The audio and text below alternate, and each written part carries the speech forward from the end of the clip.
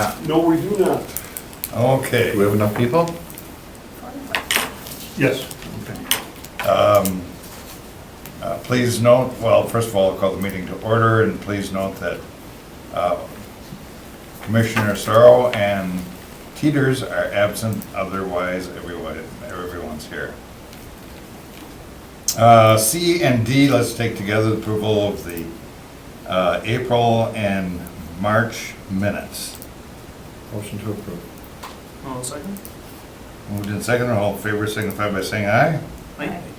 Opposed, nay. The ayes have it.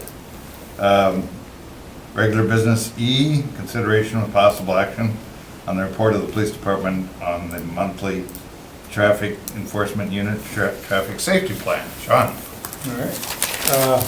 First, to introduce myself. I'm here, Sergeant Hamill, Sean Hamill. Just took over the traffic unit today.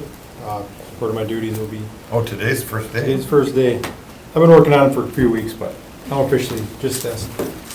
But doing the traffic unit as well as any traffic related stuff within the department. So I'll be the contact for all of that. Our traffic safety plan for the month of April here. Looking at it, we had back through March, 149 total crashes. Still starting to trend, still continuing to trend down overall with crashes there. 940 total traffic stops. Currently we have 4 officers in a traffic unit, 3 that are currently active duty, one on light duty. So we're running at 3/4 staff there.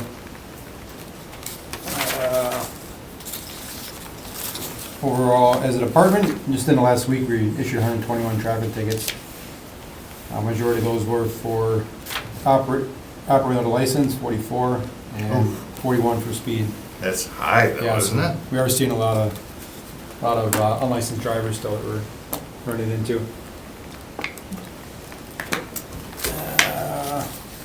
We've been doing a lot of extra enforcement downtown. We've had a lot of complaints about reckless driving. Loud stereos, loud exhaust, which we typically do get once weather starts to get warm, and it's been warm this spring, so seen a little bit earlier than normal. But we've had 7 p.m. to 10:45 p.m. Friday and Saturday nights. We've had 2 to 4 extra officers out just focusing just on that. And, I don't have the numbers for that, but we've had a lot of contacts. Now, do you give a citation or a warning with that? It depends on what we're coming across. Typically reckless driving, we'll go right to a citation for that. If it's something that is more than just speed. And the city attorney currently has it maxed out that bond to it's $1,061 for reckless driving citation and 6 points, so it's half your license right away on that. So it's a good fine, and hoping that'll have a detriment. We started doing that in the middle of last summer. But with the enforcement down there, it's also been dealing with loitering throughout, especially down the Main Street corridor, with the reckless driving people that we've been dealing with. So working with other community police officers to address that as well. Sean, what do you do with especially on Main Street? You've got, every night about this time of day, you've got a slew of like 12, 15 motorcyclists going 70 miles an hour down Main Street. Any way to catch those buggers, or? It's hard. The best we can do is our best tool for us is good witnesses that we can get a plate. Even if they take off, we have a plate, we have something to follow up on. If they happen to go by one of our traffic cameras and we can catch a plate with that, that's something we can follow up on that assists. We have had ones that have been chronic issues where they've been running from the police, and eventually we do get enough information to be able to identify them and prosecute them. Okay. And then as far as the issues down Main Street, there's different routes we have to go to address this. It can be enforcement, and also, but education, cooperation with the public has to go hand in hand together to deal with the issues. So we do have some car clubs in town that like the cruise, and it's wonderful that they enjoy their art of their cars and join our city. But there's either members within it, but more than likely people outside of their car clubs that come to their events and cause the issues. So Mhm. we've been working to develop relationships and we've had good success there. We've developed relationships with the clubs and these groups that are out there to, in a sense, police their own and be able to keep their events good for everybody in public. So Okay. we'll continue to work with that and we'll do that throughout the summer. I've noticed the club ones, Yeah. groups, they've been a lot quieter. That's Yeah, good. and it just- Going down Main. Working with them to make sure that they're respecting everybody. Coming up the rest of this month here, we have a few more deployments. Starting in May, we're gonna have our speed grant money that we can start using from the city to have enforcement out specifically just for speed. And it's similar to our Odeberry Task Force. We'll deploy throughout the county, the different areas with countywide, sometimes up to like 14 officers, specifically just in one area dealing with issues. And we're also currently running our clicker ticket enforcements and OVI enforcement. Coming up, some of the appointments in May. One of note is on May 5th, we had a lot of issues in the past with alcohol use on Cinco de Mayo holiday. So we're working together. We're gonna have a meeting tomorrow, put together a plan on that to make sure we keep our streets as safe as possible that day. We also have speed grants throughout the county, as I said, and local and countywide task forces for the clicker ticket and alcohol.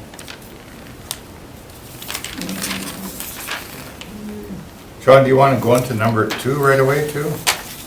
Yeah, that was number 2. First quarter serious injury and Yes. fatal crashes. So in the first quarter, we had 2 fatal crashes in the city. The first was on February 2nd and second on February 14th. The February 2nd one was a single vehicle crash. It was a single vehicle, early morning hours, about 5:45 a.m. 55-year-old male passed away due to injuries from a crash. He was traveling north on Atkinson Road, lost control just over I-41, or it's over I-43. Struck a concrete barrier and died as a result of injuries there. Was that alcohol related? That was not, It wasn't. no. Oh. So we had Somebody more inattentive driving? than likely medical. It's gonna be, Oh, okay. yeah. I'm working the reconstruction on that one, and as far as we can tell, is either medical or distracted driving possibly. Okay. But, we'll never know as far as that part of it. Second one that we You had. can't get very fast through there, so maybe not. Mhm. Yeah, and the speeds didn't appear to be Yeah. that much of a factor on that. Mhm. I still gotta do a little more reconstruction on that to find out exactly for sure, but like I said, more likely medical on that. 14th of February, 6:11 p.m., we had another fatal crash. This was a vehicle versus pedestrian. If you're familiar with Frankie Pat's is, just Yeah. on Bellevue Street, just south of Cass. It was elderly couple, 82-year-old female and 83-year-old male, crossing the street. And they were both struck. The female passed due to her injuries, and male pedestrian was transported due to serious injuries. What direction was the vehicle going? Going south. Going south, and they were It was going Yeah, they south. were crossing from east to west. Yeah. Okay. Brown County Sheriff's Department assisted with the reconstruction on that one. But Because the going male- south, you have fairly good view, but what is the road that comes east and west? East and west is Cass. So Cass, yeah. yeah. Coming south, it does curve there a little bit, so it's not a straight shot with the view. And the problem with Cass is that if you're on that corner, you can't hardly see around Cranky Pat's. At the corner, it's a little bit better. I think where they were crossing down is closer to the corner there, Oh, and okay. it's a dark area. Very, very dark. It's Yeah. super. Yeah. And that's something to look at too, because they got their restaurant is on the east side of the street and the parking lot is on the west side there, one of theirs, so it's, is a spot that the customers and pedestrians have to cross there in a certain way, so it's maybe something to look at as far as lighting there and, you know, what we can do to prevent something like this in the future. Would that be? That location, Cass at Bellevue, originally was targeted for an RRFB as part of the RRFB deployment project. And those are the lights? Yeah. Yeah. City staff, including the mayor, have been in contact with the family. The family would like to fundraise to enhance the crossing down there somewhat in memory of their grandmother. So we are looking at, we don't think people will walk north from Cranky Pat's to get up a half a block to the official crossing, cross the road, then walk a half block south. They're gonna continue to jaywalk mid-block to the parking lot. Right. So we're looking that it might actually be, this may be one of the rare instances where a mid-block might actually be appropriate because that's where people are going to cross. You can't break that habit. So let's enhance it as best we can. So we're looking at relocating the RRFB down there, putting enhanced pedestrian markings on the road surface, and then the family can fundraise for the ped ramps that are going to be necessary for a legal mid-block crossing. Okay. We're also working with Wisconsin Public Service to see if we can, the road is currently lit to standards. The problem is we have some rather large mature trees down there that are blocking some of the light. So we're seeing if we can enhance some of the light down there as well, if that would even be possible. But staff is currently working directly with the family of the deceased to make some enhanced pedestrian improvements down in that area. Oh, that's good to hear. Good. Thank you. Anything else, Sean? Nope, that's all we have for the beta ones of this quarter. Okay, thank you very much, sir. Motion to receive on place and file number 1 and 2. Under E, is there any, well, is there a second? I'll second. Get my brain working here, it's a long day. What was the name? Second. All in favor signify by saying aye. Commissioner Teeters joined in. Yeah, Teeters is here, don't you? Yep. Commissioner Teeters, thank you. Can you hear me? Is he hearing? You should be able to. Can't hear.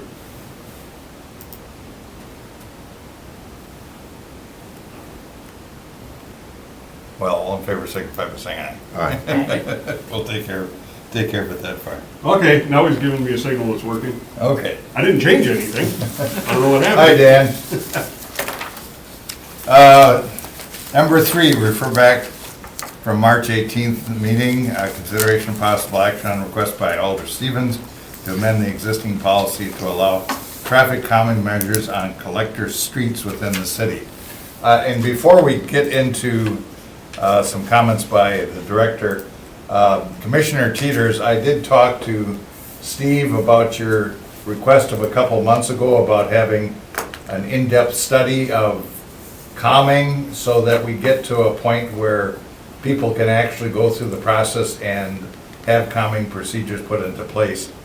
I know Steve is short of staff right now, and I suggested to him, and I was gonna call you and I forgot, that we can hold off on that if you don't object to when we get a new traffic engineer. Yeah, I would be okay with that. Okay. And the good news is that I have a new job with the city of De Pere. So starting next month, I should be back in person, so. Oh, very good. Congratulations. Thank you.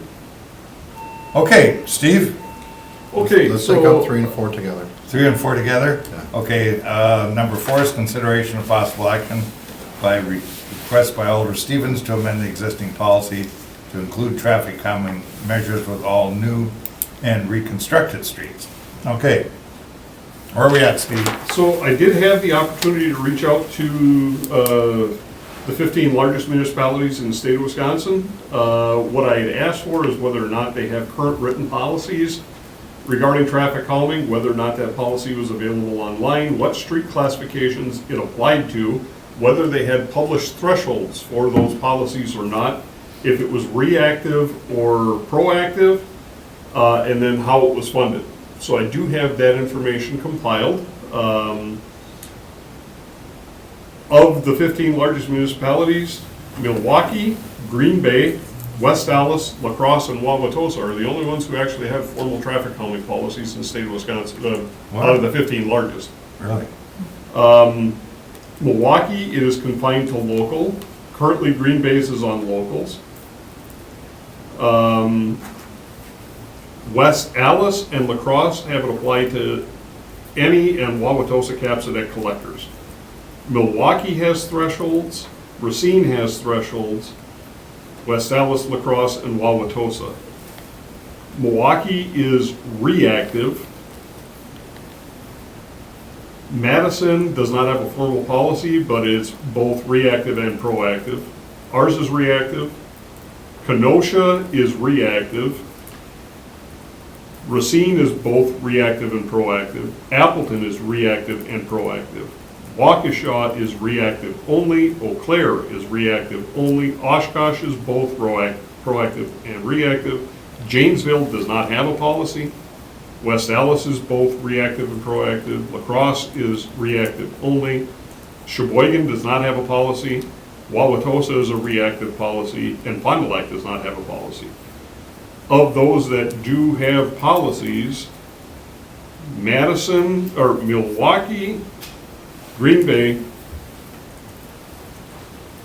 Eau Claire, and Wauwatosa currently assess the cost for funding of traffic calming measures back to the adjacent property owners. Again, Janesville, Sheboygan, and Fond du Lac do not have traffic calming as an option. Racine and West Allis both have hybrids where some of the costs are assessed and some are city costs.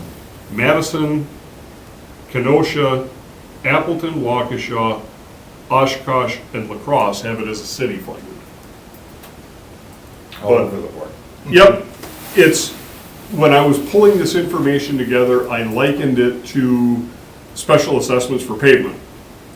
For as many different municipalities are, there's that many different ways to address assessments. So I do have the documents from the various municipalities so we can start the evaluation on the criteria that other municipalities are using to see where our thresholds stack up against theirs. I think we are going to see a modification recommendation for our thresholds. I do think our thresholds are a little tight. But unfortunately, I was not able to get that completed. As Alderman Stevens is aware, even just Friday, I came in with the intent of sitting down and hammering this out on Friday and went into a 16-and-a-half-hour recount for the District 6 aldermanic. Right. So that kind of just blew my whole Friday away. I heard about that. So, apologize, we weren't able to get it done. Yeah. So what do you- Okay, so are we looking at the locations or the type of streets, We're looking at the type of streets, the thresholds, the thresholds. reactive or proactive?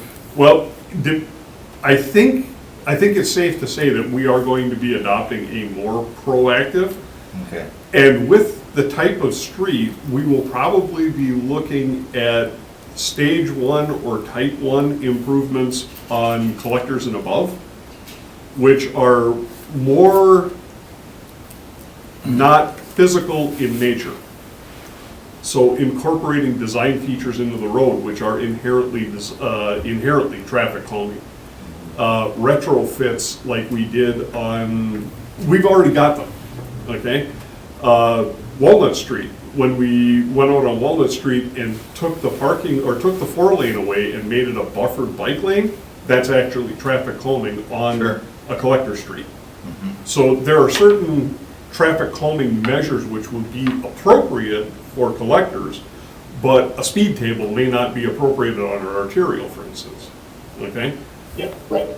So we're going to be looking at applicability of the type of traffic calming measure versus the physical classification of the street and making some recommendations on that. And then looking at ways that, where appropriate, if we can anticipate the reactive and proactive is a little hard to gauge because I don't know, we may take lessons learned on, from an area and apply that to a newly developed area, but it's very, very hard to be proactive on a brand-new street. We hope we're designing the new street, we've got the engineering into it, that the street functions the way that we want, and we don't have those problems.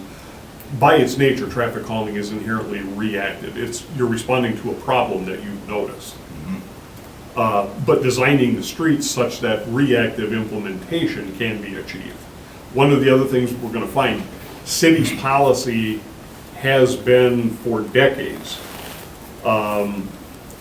that collectors in other than residential areas, so commercial corridors, industrial corridors, collectors and arterials are concrete-based streets. A residential collector very likely could be an asphalt surface street. It's going to be very hard to retrofit in traffic calming measures onto a concrete street, because a lot of times what you're dealing with speed tables and things like that, it's an asphalt overlay and they don't bond, they don't hold up well when they're bonded to the underlying concrete if you don't have it contiguous across the entire street. They have a tendency for water to get underneath them, they peel up, they fail. So we may be taking a look at the speed tables we've already used. They're a little wonky when you take a look at the literature that's out there now. They're recommending to have a longer flat area on the top so the car can get entirely, like 15 feet wide at the top.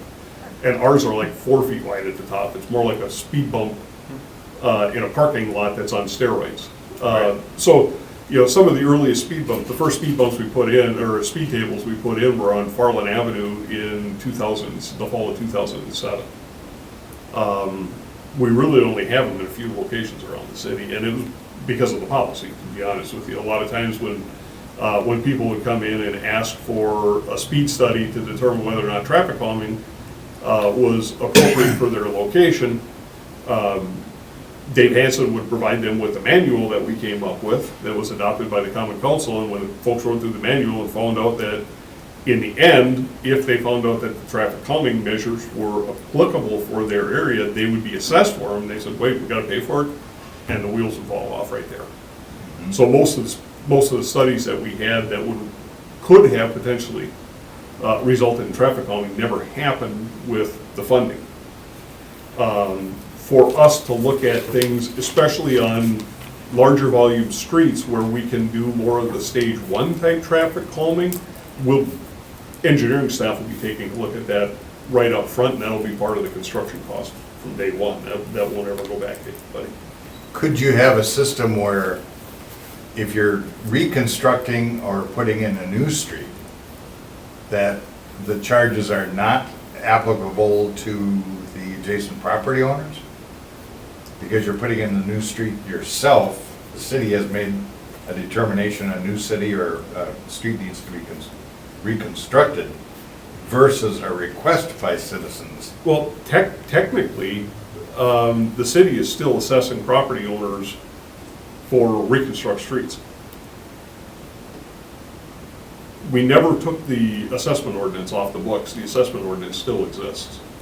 The difference is we levy the assessments, but for a residentially zoned property, 1 and 2 family residential, the assessments are currently being paid out of the local vehicle registration fee fund. And other than residentially zoned properties, so above 2 family residential, commercial, industrial, those zoning classifications, 50% of the cost is covered by the local vehicle registration, and the remaining 50% is still levied against the previous property owner. That's outside of residential. It would be on any street. It's dependent on the zoning, the zoning classification. You said and use 1 of and the property. 1 and 2 family. Right, that's They're resident exempt. R1. Well, they're not exempt. We're still levying the assessments. We never unwrote the ordinance for assessing. So the assessments are technically still being levied. The funding to pay the assessments is coming out of the vehicle registration fees. The Alder? homeowner's not getting a bill. No, I understand, but that seems confusing as hell. Well, we had to do it that way because we didn't know if, there was originally some talk about a sunset on the local vehicle registration fee. And if that registration fee ever goes away for any reason, you would have to rewrite the ordinances for assessment. So this way, we were able to leave the existing ordinances in place, but take the bill for it and cover the bill with the registration fees. Right. He explained it Thoughts? correct. That's right. I think we're moving in the right direction. Yeah, and I Agreed was that really things have hopeful we were happened, gonna but have I think we're something for moving. this meeting. It's just the last week went absolutely crazy, and then that recount came, and that was the last nail. Yeah, we understand. So, all the information's in my office, it's actively, I mean actively, being worked on. That information was part of a presentation that we delivered at UWGB 2 weeks ago about traffic calming. Okay, So, we're that close. okay. Comments and questions? Just a question is, so the presentation you mentioned, I was gonna ask if there is like if there's a spot where all the data was available. I didn't realize that presentation happened. Do you know if that's anywhere? Could The you email me summary that? table that I was reading from with all the municipalities, yes, I can definitely provide that to all of you. Okay, all right, very cool. I definitely got like a quarter of it and it started bouncing around. Everyone was like, what? So you'll bring this back to us next month? Yes, definitely. Okay. Preferences on those 4 major areas? Any comments? Assessment costs? Are there concerns, questions on that? Yeah, I think, Dan? personally, I think the assessment costs that's a much bigger discussion. And obviously, there are political ramifications involved with the assessment discussion, but, no, I appreciate the information so far, Steve. And I guess, I certainly don't want to step on your toes here, but I think, the traffic calming program that we're assessing right now, it really is a reactive program. The way that you become proactive is through, reviewing your ordinances, reviewing your design, your adopted design standards. And I think it sounds like Steve is working on that with his team as well in tandem with reviewing the actual traffic calming programs. So it sounds like we're going in the right direction, but it's a bigger project, so.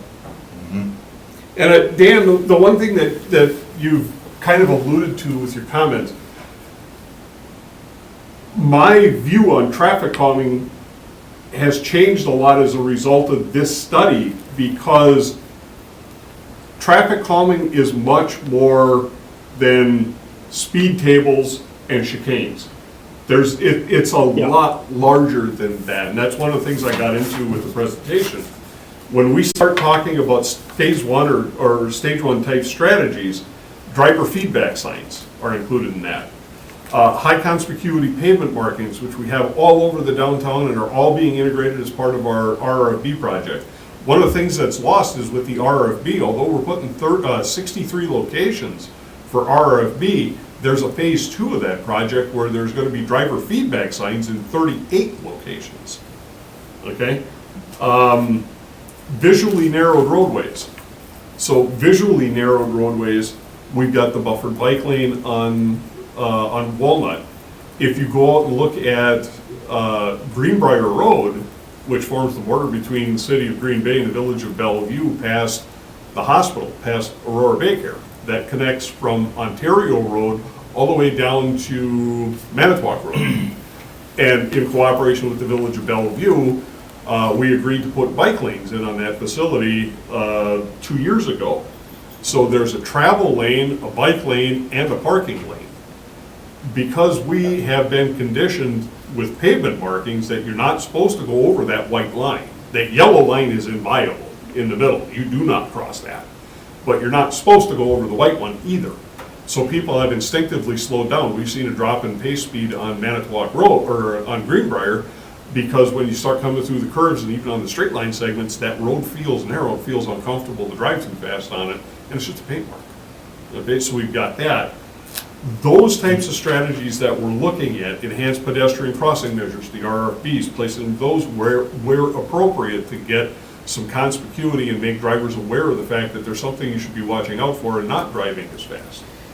Those we can look at, and as we are going through design on our higher volume streets, those types of things are more applicable. I never considered those types of things to be traffic calming. Okay, then when you start taking a look at the phase 2 stuff, when you start doing bump outs and chokers and median islands and alignment shifts.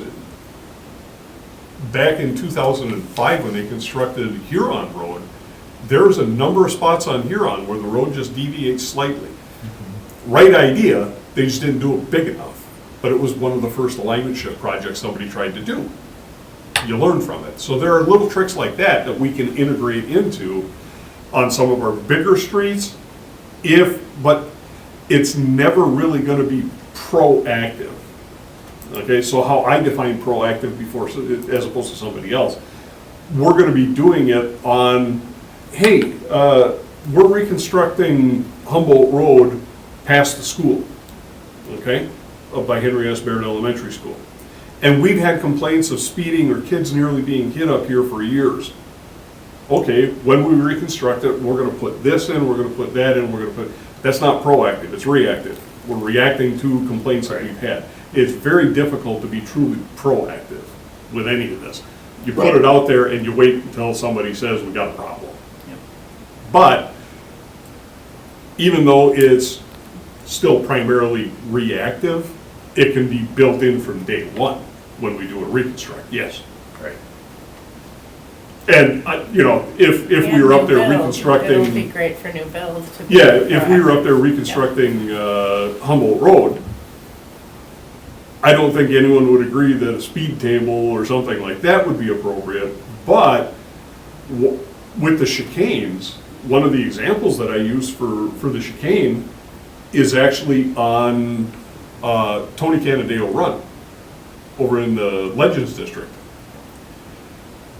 If you notice, every 65 feet or so on opposite sides, there's a bump out into the street. It resembles a chicane. Now, you don't actually have to weave through it, but there's these periodic bump outs that, again, it's not just a corner bump out for pedestrian crossing. These are spaced the entire length of the project. I'd love to tell you that was a conscious effort for traffic calming. It wasn't. When we started designing the street, that used to be an industrial area. Green Bay Structural Steel was over there, okay? That was a waste area of Green Bay. And when we tore all those buildings down, we started putting in what's over there now. The utilities were in the terraces. And when we started looking for a place to put the sidewalk and the lighting, there was no room to put the lights in. So we were struggling, trying to figure out what we were gonna do to put the lighting in without having to reconstruct the street, because the pavement's still new. And my then utility manager, Matt Heckenleibel, looked at me and says, well, wherever we need a light, why don't we just put a bump out in the road? I said, what, are you crazy? That might work, and it did. That's how the chicanes wound up on, and they had the benefit of slowing the traffic down. So it was just a happy accident that we found, and we went, keep that one in mind, that might work somewhere else. Sounds good. Other questions or comments? Dan, have you have anything further? Yeah, no, I'm curious to see how the data and everything look for the next meeting. Okay. Are you gonna have a complete proposal ready for us to look at and approve and send to city council? That's what I'm hoping for, yep. Okay, because we've been at this for months. Yeah. I'd like to take it off the plate. It's a big project. Yeah. Other comments or questions? No, offhand. Okay. Thank you. Yeah, very much, thank you. So we refer these two back to staff? Mm-hmm. Is there such a motion? Motion to refer back to staff. Is there a second? I'll second. And there is a second. All in favor signify by saying aye. Okay. Opposed, nay. The ayes have it. Aye. Next meeting is May 20th. Is there anything further to come before the commission? If not, is there a motion to adjourn so we can all go have a beer and sit on our decks? I'll make a motion. Second that. It's been moved and seconded. All in favor signify by saying aye. Aye. Opposed, nay. The ayes have it. Dan, look forward to seeing you next month. Yep, thanks. Thank you, everyone.